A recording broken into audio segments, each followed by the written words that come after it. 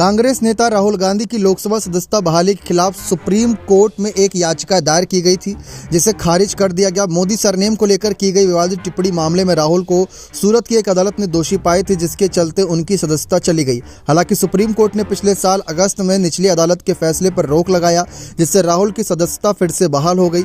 Supreme court ने न सिर्फ सदस्यता बहाली के खिलाफ याचिका को खारिज किया, बल्कि याचिकाकर्ता पर हर्जाना भी लगाया। अदालत ने याचिका को आधारहीन करार देते हुए याचिकाकर्ता अशोक पांडे पर 1 लाख रुपए का हर्जाना लगाया है। इससे पहले पांडे पर लक्षद्वीप के सांसद मोहम्मद फैजल की सदस्यता बहाली को चुनौती देने के लिए 1 लाख रुपए का हर्जाना लगा था। पांडे का कहना है कि जब तक कोई ऊपर की अदालत में निर्दोष साबित न हो जाए, तब तक उसे सदन में वापसी नहीं किया जाना चाहिए। दरअसल सुप्रीम कोर्ट ने 4 अगस्त को सूरत की अदालत के फैसले पर रोक लगाई थी, जिसमें निचली अदालत ने पाया था कि राहुल मानहानि मुकदमे दोषी हैं। सूरत की अदालत ने उन्हें 2 साल की सजा सुनाई थी, जिसके चलते राहुल की लोकसभा सदस्यता चली गई। इसके बाद राहुल गुजरात हाईकोर्ट और फिर सुप्रीम कोर्ट गए। गुजरात हाईकोर्ट से तो राहुल को राहत नहीं मिली, मगर सुप्रीम कोर्ट ने अगस्त में निचली अदालत के फैसले पर रोक लगा दी।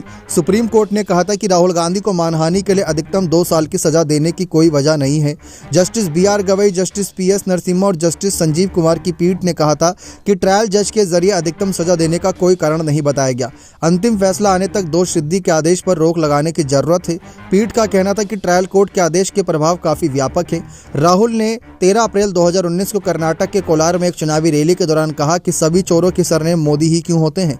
राहुल के इस बयान पर काफी विवाद मचा और फिर गुजरात के पूर्व मंत्री पुर्णेश मोदी ने 2019 में आपराधिक मानहानि का मुकदमा दायर किया। कई सालों तक कानूनी कार्रवाई चलती रही। इसके बाद पिछले साल 23 मार्च को सूरत की एक अदालत ने राहुल को दोषी माना और उन्हें 2 साल की सजा सुनाई।